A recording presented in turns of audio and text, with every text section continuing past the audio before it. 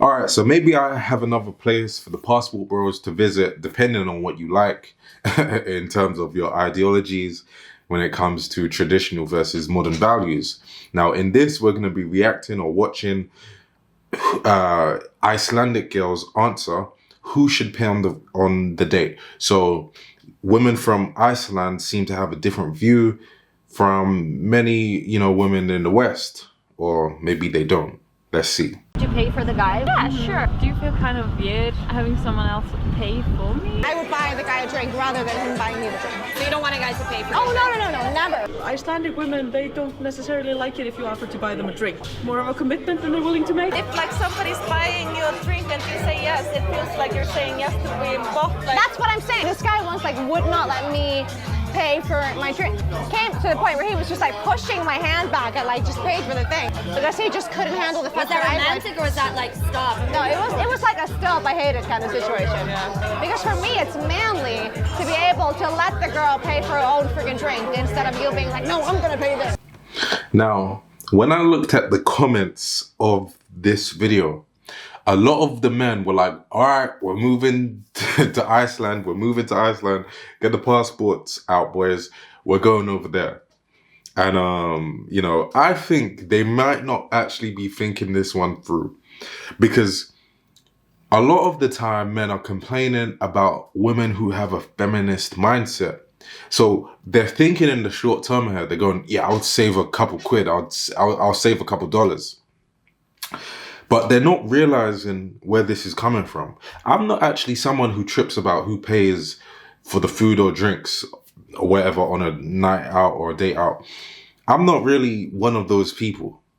But I'm able to see where it is coming from when, a woman wants you to pay or a woman would like to pay for herself.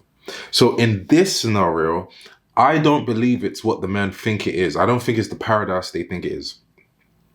What the women in this scenario are saying that because they're coming from a feminist spirit. I believe in those countries, feminism is extremely significant in their countries. So it makes sense where they're like, they don't want to sit in their feminine energy and just receive.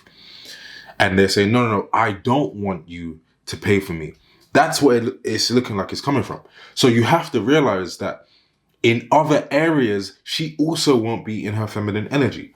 I won't be surprised if these women are also the type that would say, hey, I don't want to cook for you and I'm not going to nurture you. Get your mother to do it. I won't be surprised if they say that because, well, you might be thinking, oh my God, it's paradise. These women don't have these expectations. I have lower responsibilities there, so it's easier for me. Nothing comes for free. Everything comes at a cost. So if they're modernized in this area where they're literally like, a guy can never buy me a drink, I think it's manly if I buy him the drink. Expect that in other areas, she will carry that feminist spirit. So I don't think men should look at that and go, yes, we're all moving, because you're just going to complain like you do about women in the West, which make you want to get your passport anyway to go to traditional minded countries, because this isn't really a traditional minded thing. Men generally are providers and women are the receivers of what's being provided for. They take it, they nurture it, they multiply it, they empower it. If women over there are saying you can't even give them the experience of, paying for them. And again, I'm not the type of guy who trips over this stuff, but I'm just being aware of where this is coming from. So if they trip about you paying for their drink and they're like, no, I think we're going to do role reversal. Don't be surprised when they do role reversal in other areas of life. So the guy saying, yes, we're Iceland, we're going there. Da, da, da. You're just looking at that being excited because you're going to have less responsibilities. But actually, those less responsibilities will come with a cost. Because as they say, if it's too good to be true, then it's probably not, that good at all. But anyway, I want to know what you think, right? So comment down below. Let Reemus know if you're a guy. Are you the type of guy that says, you know what? Yay, I'm going to go to Iceland. And if you're a woman, what is your opinion on this stuff, right? It would be very interesting to see your perspective. So comment down below and I'll see you in the next video.